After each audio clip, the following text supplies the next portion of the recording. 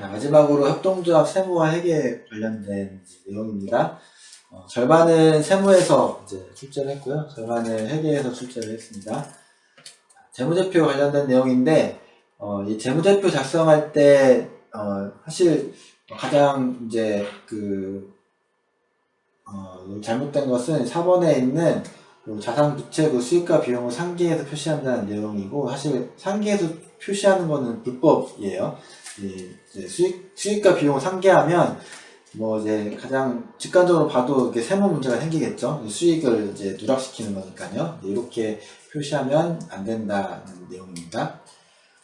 자산에 대한 설명으로 이제 가장 이제 적합한 내용인데, 이 자산이라는 거 하는 것은 이 자산을 통해서 우리가 미래의 어떤 이익을 얻을 수 있도록 기대할 수 있는 이제 요소인 거죠. 답은 이제 4번이 되고요. 이 자산은 이제 반드시 물리적인 형태일 필요는 없어요. 무형자산도 이제 있는 거고요. 그리고 이제 미래에 발생해서 들어올 걸 우리가 자산으로 이렇게 이제 하진 않죠. 이제 그 미래에 이제 거래 사건이 있은 후에 생기면 자산이 될 겁니다.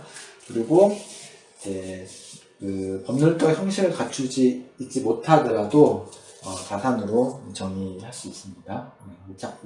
법률적인 요식, 형식이 있냐 없냐 이런 것보다는 실질적인 어떤 이제 내용이 있냐 없냐 이게 더 이제 중요한 하죠. 협동조합의 기말 자산과 부채가 다음과 같을 때 기말 자본이죠. 네.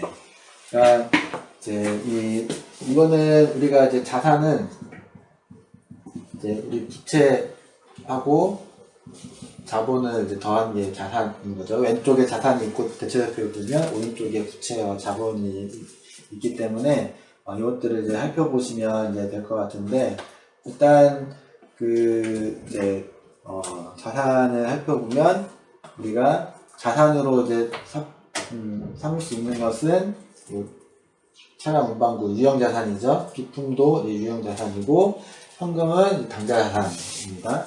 상품은 이제 재고자산인 거죠. 이 네 가지를 이제 더한 게 우리의 이제 총 자산이 이제 되고요.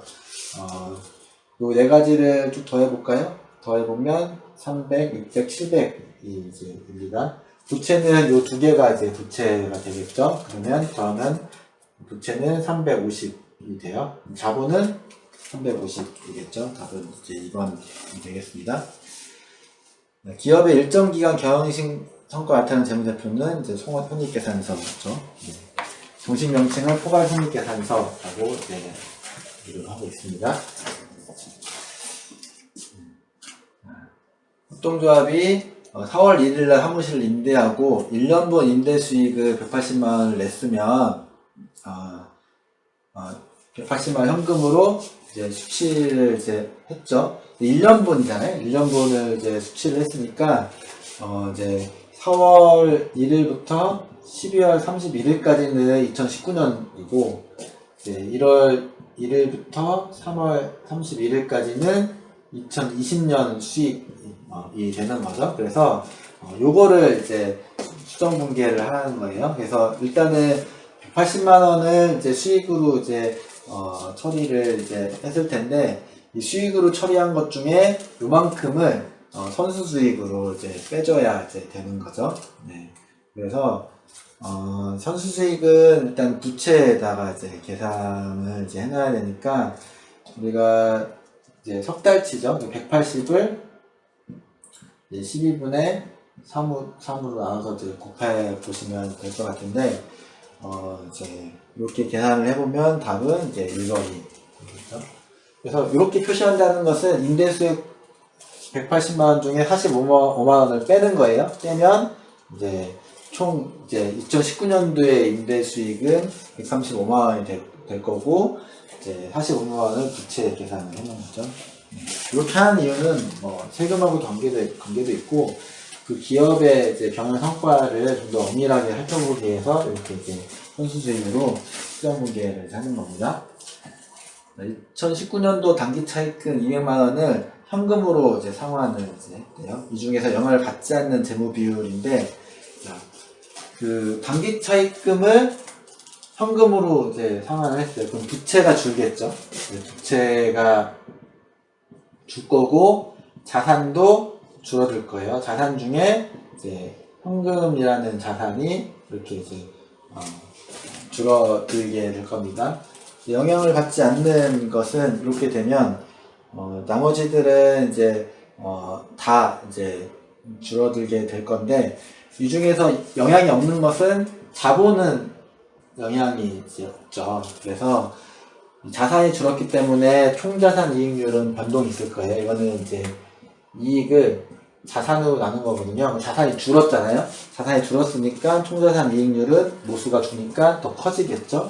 부채 비율도 변동이 생길 겁니다. 부채가 줄어들었으니까 부채 비율은 부채를 자본으로 나눈 거예요. 부채가 줄었으니까 부채 비율도 변하겠죠.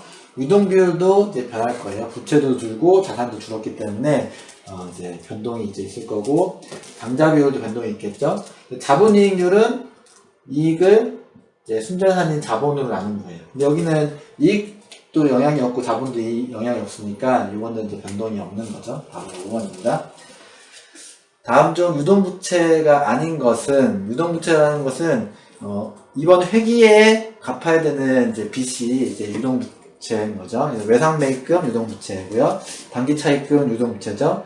퇴직급여 충당 부채는 이제 이거는 이제 유동부채가 아니라 이제 장기부채입니다. 그래서 비유동부채고, 퇴직급여 충당 부채는 퇴직금을 지급했을 때 여기서 이제 나가는 거기 때문에 언제 퇴직할지 모르잖아요.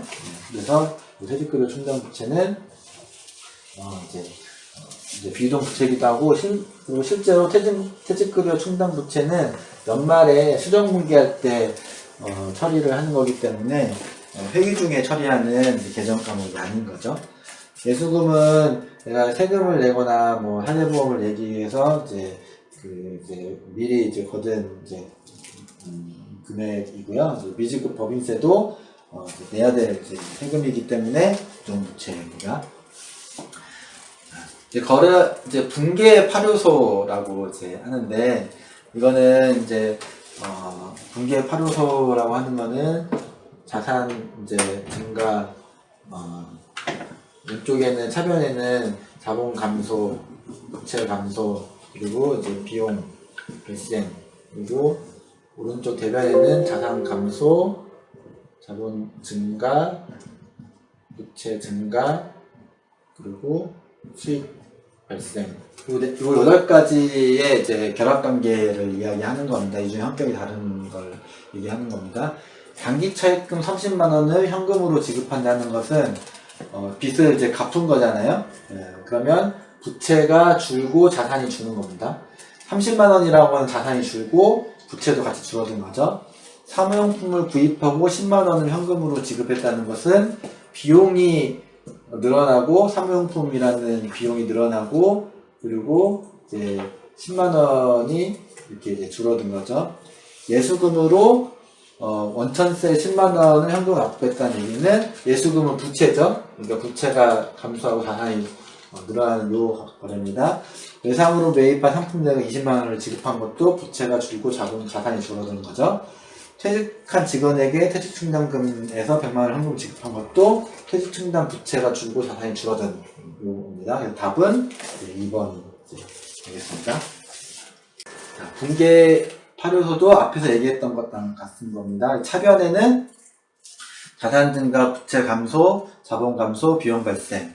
대변에는 자산 감소, 부채 증가, 자본 증가, 수익 발생. 이게 이제 대변인데, 답은 이제 5번이죠. 수익의 소멸은 대변에 기록하는 것이 아니라 차변에 기록을 해야 이제 맞겠죠. 이 협동조합이 2019년도 말 유동자산과 비유동자산은 각각 27850과 125000이에요. 네, 부채는 이제 7천만원이네요. 자본 구성은 출자는 3천만원 이렇게 되어 있습니다. 그래서 2019년 말에 이익잉여금 잔액을 계산하는 건데, 총 자산은 이 두 개를 더한 게 이제 총 자산이 되겠죠. 이 두 개를 이제 더해보면 125, 27, 8, 5, 0 이렇게 총 자산은 2, 5 이렇게 1억 5,285만 원이 이제 총 자산, 이게 이제 자산이 되겠죠. 이 자산은 이제 부채랑 자본을 이제 더한 거니까 이 부채는 7천만 원이래요. 그러면 이제 여기에 7천만 원을 빼면 8,285만 원이 이제 자본이 될 거고, 이 자본 중에 투자금이 3천만 원이죠. 그러면 이익인연금은 나머지 3천만 원 뺀 5,285만 원이 이제 답이 이제 되겠습니다. 자, 이제 11번부터는 세무 관련된 문제예요. 계산 문제가 이제 없었는데요. 조세 과세 요건에 이제 해당되지 않는 건데, 조세 과세 요건에 이제 해당되려면 일단은 납세 의무자가 있어야 되고, 그리고 과세 물건이 있어야 되는 거죠. 그리고 이제 과세 표준이 있어야 되고, 세율이 있어야 되는 거죠. 납세 의무자가 어떤 과세에 대해서 과세 표준이 있고, 거기 세율을 곱해가지고 이제 과세 납부를 하는 거죠. 답은 이런 과세 형태입니다.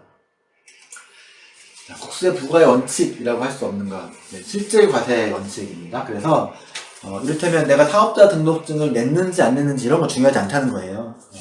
그러니까 소득이 있으면 과세를 한다, 이런 거예요. 사업자 등록증이라고 하는 형식에 구애받지 않는다는 이제 내용입니다. 실질 과세가 있어야 되고, 심의성실의 원칙이 이제 있어야겠죠. 그리고 과세하려면 근거가 있어야 돼요. 소득이 있었다고 하는 근거가 이제 있어야 되고, 또는 내가 소득이 아니라고 하는 근거도 나한테 있어야 되는 거죠. 그리고 이제 조세 감면의 이제 사후 관리는 사후에 이제 조세가 감면되면 이 감면된 거에 대해서 계속 이제 자기가 증빙을 계속 갖추고 있어야 이제 된다는 거고요. 이제 급부 제공의 원칙은 국세 부과의 원칙이라고 할 수는 없는 거죠. 네. 13번을 보시면 부가가치세 과세 거래로 보는 것. 이렇게 부가가치세 이제 과세 거래라고 하는 것은 이제 이 거래의 대가로 지급되는 것은 물품 재화나 용역을 공급하는 대가로 받은 것은 부가가치세 과세 거래라고 이제 본다는 겁니다. 이것이 이제 아닌 것을 모르는 건데. 과세로 보는 건데, 이제, 이 얘기는 이제 그 거래 대가로 이제 대가성 거래가 뭐냐 이런 것들을 찾으면 이제 됩니다. 네. 그래서 이제 여기 일반적으로 부동산의 무상임대는 대가성이 있는 건 아닌데, 앞에 이제 단서가 담겨있죠. 특수 관계자에게 제공하는 부동산의 무상임대는 이 특수 관계자한테 소득을 이제 제공하는 거기 때문에 대가가 있다, 이렇게 이제 볼 수 이제 있는 거고, 여기에는 부가가치세 과세를 이제 한다는 겁니다. 원래 받아야 될 이제 금액을 이제 과세를 한다는 거죠. 나머지는 이제 부가가치세 과세 거래는 아니에요. 네. 이제 고용관계형 근로 제공이라든지 뭐 이런 것들은 그 회비를 납부한다든지 이런 거는 대가, 거래의 대가라고 이제 보지 않는 거죠. 이런 거는 이를테면 이런 겁니다. 특수관계자는 법인의 대표자, 법인의 자산인데 대표자가 거기에 사무실을 본인이 쓰고 있어요. 내지는 대주주 이런 사람들이 이 사람한테 무상으로 쓰게 하면 원래 임대료를 받아야 되잖아요. 그러면 임대료를 이제 받아야 될 것만큼을 그 사람의 소득으로 해주고, 이제 이거는 이제 돈을 받은 걸로 치는 거죠. 받았다, 줬다, 이렇게 생각을 가정하고 과세 거래를 본다, 이렇게 보시면 될 것 같습니다. 부가가치세 면세 대상이 아닌 건 면세사업자인 거죠. 네. 주로는 이제 1차 농산물과 이제 국민의 이제 후생 용역 뭐 이런 것들이 이제 부가가치세 면세인데, 이제 미가공 식료품, 가공 식료품은 이제 과세 대상이에요. 그래서 우리가 예전에 예로 많이 썼던 게, 흰우유는 부가가치세 면세고, 딸기우유는 딸기를 너무 첨가한 거잖아요. 가공식품이기 때문에 부가가치세 과세 대상이 되고, 뭐 이렇게 이제 구분이 되죠. 의료보건 용역도 이제 부가가치세 이제 면세 대상이 이제 되고요. 이제 교육사업은 면세인데, 교육사업 중에 면세가 아닌 과세인 교육사업이 정해진 곳들이 있어요. 그 중에 하나가 이제 자동차 운전학원입니다. 이거랑 무도학원 이런 것들은 이제 과세 대상입니다. 나머지 도서나 예술천장품 이런 것들은 다 면세 대상이라고 이제 보시면 될 것 같습니다. 원천징수는 소득을 지급하는 사람이 소득을 받는 사람한테 미리 세금을 떼고 소득을 지급하고 이제 그 소득을 지급한 사람이 대신 세금을 납부하는 겁니다. 근로소득이나 사업소득이나 기타 소득이나 또는 이제 금융소득 같은 경우에는 소득을 지급한 사람이 원천징수 의무자라고 하죠. 이 사람이 해당 이제 세율을 해외에 따라서 소득세를 징수한 다음에 빼고 이제 그 소득을 지급을 이제 해야 되는 내용들입니다. 여기서 틀린 것은 이제 5번이네요. 근로소득, 사업소득은 다음 연도에 지급 명세서를 이제 제출을 해야 되는데 근로소득, 사업소득뿐만 아니라 기타 소득까지 다 제출해야 되는 거죠. 기타 소득, 근로소득, 사업소득 모두 다가 지급 명세서를 이제 제출을 해야 됩니다. 네. 나머지는 이제 내용을 참고하시고요. 자, 우리가 이제 그 회사에 직원이 있으면 이제 근로소득을 이제 할 때 비과세 되는 근로소득이 있어요. 이제 그 중에 하나가 실비 변상으로 제공되는 여비에 이제 소득세를 과세하진 않고요. 월 10만 원 식대도 비과세 대상인데 이렇게 요렇게 이게 비과세가 되려면 회사에서 식사를 제공을 하지 않아야 돼요. 만약에 회사에서 식사를 제공을 하면서 식대를 제공하는 거면 이건 이제 과세 대상이 되고요. 생산직 근로자의 야근 수당도 이제 비과세 근로소득, 그러니까 실비로 보는 거예요. 소득이 아니라 이제 다 비용으로 이제 보는 거죠. 비정기적으로 지급된 여름 휴가비는 이제 과세 대상입니다. 또 이제 차량 유지비로 월 20만 원까지 비과세 근로소득이 해당되는데 이것도 이럴 때는 여비가 제공되지 않아야 돼요. 그러니까 1번하고 5번은 이제 둘 다 지급할 수 있는 게 아닌 거죠. 1번을 지급하든지 5번을 지급하든지 둘 중에 하나만 지급을 이제 해야 된다고 보시면 됩니다. 답은 이제 4번입니다. 사업소득 원천징수와 관련돼서 잘못된 것을 이제 고르라고 하네요. 네. 사업소득은 내가 이제 정기적이고 이제 일정하게 자기 용역을 이제 제공하고 받는 대가가 사업소득이고 주로는 이제 우리 프리랜서 전문직들에 대한 소득인 거죠. 네. 이게 뭐가 사업소득이고 뭐가 기타 소득이냐는 이제 구분하기 이제 애매하긴 한데 정기성 이제 또는 이 사람의 어떤 그 활동 이런 것들을 이제 구분을 이제 하면 될 것 같아요. 네. 이제 사업소득세는 이제 원천징수액은 이제 3.3%입니다. 지방소득세까지 합치면 3.3%가 되겠죠. 네.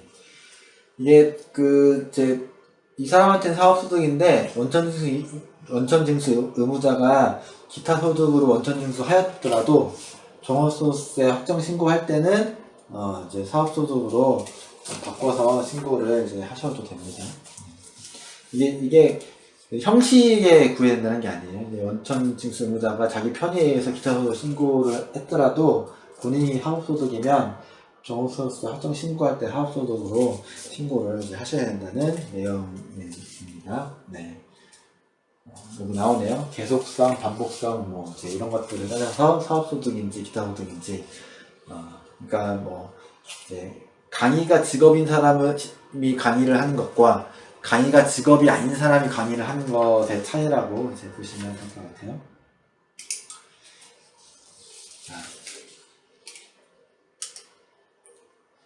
네, 기타 소득은 지금 되게 8.8%를 띄고 있죠. 네, 이거는 필요 경비가 얼마냐에 따라 다른 거예요. 예전에 4.4%일 때는 필요 경비가 이제 80%니까 100%에서 80%를 빼고 20%에 20%니까 4%가 되는 거죠.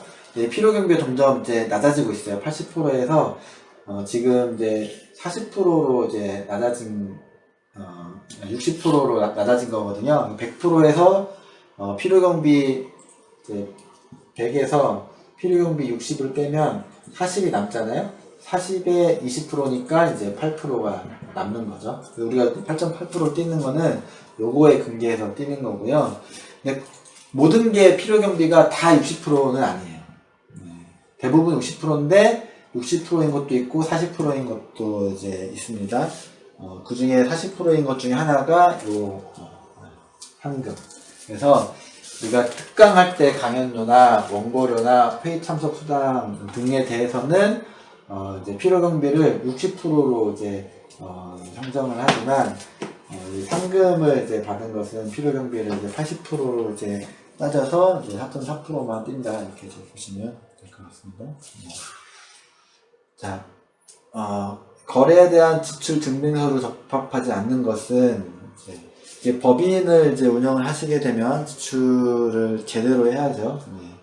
지출을 했을 때 거래 증빙을 잘 이제 얻어야 되는데 이제 세금 계산서나 신용카드 매출 장표나 사업자 증빙용 현금 영수증을 이제 받아야 되고요. 이 중에 해당되지 않는 거는 이제 거래 영수표가 있다고 해서 지출 증빙으로 이제 되지는 않는다.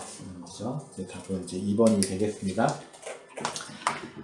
법인세 송금 불산입이라고 하는 것은 법인세는 우리 법인의 소득에 이제 보통은 이제 대기업이 아닌 다음에서는 보통 10%를 곱해서 내는데 우리 소득이라고 하는 것은 수입에서 지출을 뺀 게 소득 이익이잖아요. 여기에 이제 10%를 이제 법인세로 내는 건데 지출이 많으면 많을수록 소득이 많아지죠. 그런데 지출을 이제 지출 증빙을 제대로 하지 않으면 과세당국에서 지출로 인정을 하지 않는 거죠. 그게 송금 불산입이라고 이제 보시면 될 것 같습니다.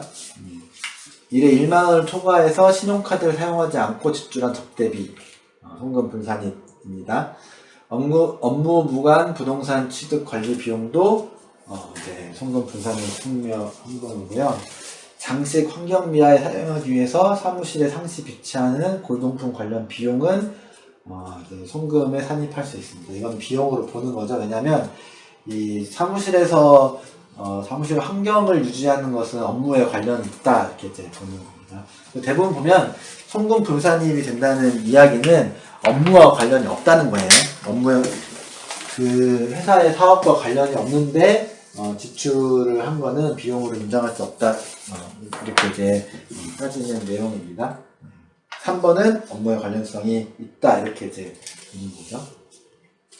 자, 다시 계산을 좀 해볼까요? 이제 이거는 다 똑같습니다. 우리 이제 자본이라고 하는 것은 이제 자산에서 부채를 뺀 게 자본이죠. 또는 자산은 이 부채랑 자본을 더한 것이기도 하고요. 자산 빼기 이제 부채가 자산에서 부채를 제한 것이 뭐 자본, 순자산, 지분 이렇게 부르잖아요. 다 같은 말입니다. 그러니까 요걸 가지고 이제 구하는 겁니다. 네. 그러면 기초 자산이 기말 자본이잖아요. 기말이니까 12월 31일이라는 거예요. 기초 자산은 그 해에 1월 1일이 기초 자산이에요. 이게 4,200만 원이 기초 자산이 있고 기초 부채가 1,800만 원의 기초 부채가 있다고 해요. 그럼 기초 자본은 이제 얼마냐면 이 자산에서 부채를 뺀 거죠. 그러면은 18을 빼면 얼마죠? 4, 2,400만 원인가요? 2,400만 원이 기초 자산이에요. 여기에 출자금도 있고 유보금도 있겠죠. 뭐 내용이 없으니까 뭐 얼마씩 되는지는 알 수가 없을 것 같아요.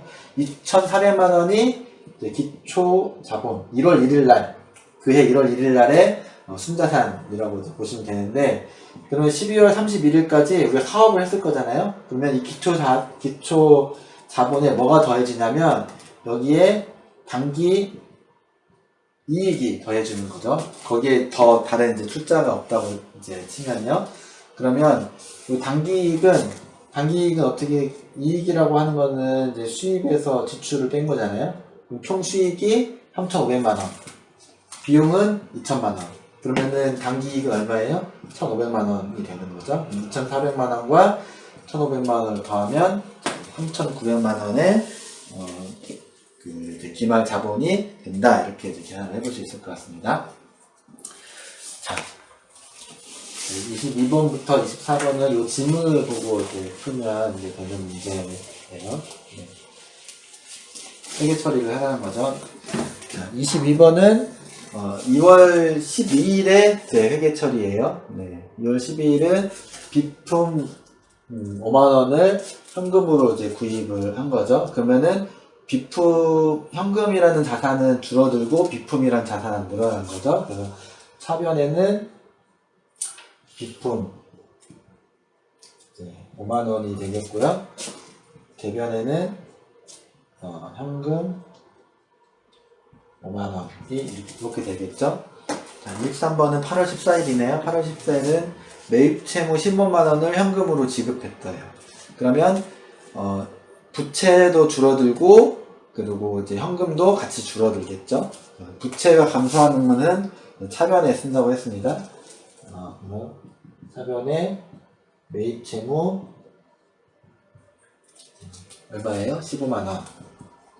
그래서 여기 매입 채무 20만 원이 있잖아요. 그 20만 원이 15만 원 갚았으니까 5만 원이 남는 거예요. 이 비교해 보시면. 네. 그리고 현금도 15만 원. 이렇게 이제 기재를 하면 될 것 같습니다. 24번은 11월 28일이네요. 매출 채권 18만 원을 현금으로 받다. 그죠? 그럼 현금, 매출 채권은 이제 없어지는 거죠. 그럼 현금이 늘어나는 거니까 차변에 현금 18만 원, 대변에 매출 채권 18만 원 이렇게 되겠죠. 그래서 여기에 생긴 매출 채권 25만 원이 18만 원치 없어지면 7만 원이 남겠죠. 네, 이렇게 기재를 이제 하시면 될 것 같습니다. 자, 마지막 문제예요. 부가가치 관련된 건데 우리가 이제 그 영세율이라는 게 있어요. 영세율하고 연세하고 헷갈리면 안 돼요. 이 영세율이라고 하는 것은 아예 부가가치세 과세 대상인데 세율을 0으로 한다는 뜻입니다. 이건 이제 과세인데 세율이 0이라는 거예요. 왜 그러냐면 이제 이게 수출을 하게 되면 그 수출 상품은 만약에 우리나라 제품이 한국에 있다가 미국으로 건너가면 미국에도 부가가치 판매세라고 하는 텍스가 있어요. 그러면 이 부가가치세는 원래 소비자가 내는 거거든요. 미국의 소비자가 부가가치세를 부담하는 거기 때문에 이건 미국에서 징수해야 되잖아요. 한국에서 징수하면 안 되기 때문에 한국에서는 이제 세율을 0으로 하고 미국으로 보내는 겁니다. 마찬가지로 미국에서 한국으로 올 때도 미국에서 이제 그 부가가치세 하지 않고 미국 제품이 수입되는 순간 그 제품에 부가세를 관세와 함께 붙이게 되는 거죠. 국내 소비자가 내는 거기 때문에 그렇습니다. 면세는 세금을 면제해 주는 거예요. 차이는 얘는 과세 제품이기 때문에 요 과세 제품에 대한 이제 매입세액을 공제하냐 하지 않냐 이런 차이가 이제 있습니다. 영세율일 때는 매입세액을 공제를 하죠. 연세일 때는 매입세액 공제를 하지 않습니다. 그래서 이제 사업하는 사람의 입장에서는 이제 영세율 적용을 받는 게 훨씬 더 이익이 되겠죠. 네. 얘가 이를테면 그 110만 원짜리 물건을 사다가 그러면 텍스가 10만 원이잖아요. 하다가 이걸 이제 수출을 이제 한다고 생각을 하면 수출을 이제 뭐 120만 원에 수출을 한다고 하면 원래는 여기 텍스가 붙어야 되잖아요. 그러면 이제 132만 원이 돼야 되는데 12만 원 세금이 붙어야 되니까 이걸 안 붙인다는 거예요. 안 붙이고 120만 원에 하는 거고 대신에 20만 원은 환급받을 수 있어요. 매입세액 공제를 받을 수 있는 거죠. 면세일 때는 이게 공제가 안 돼요. 똑같이. 그래서 이런 차이가 있다고 보시면 되고, 이 영세율은 대부분은 수출 상품의 특별한 경우가 아니면 다 수출 상품에 적용되는 것이라고 생각을 하시면 될 것 같습니다. 네, 여기까지 하겠습니다. 수고하셨습니다.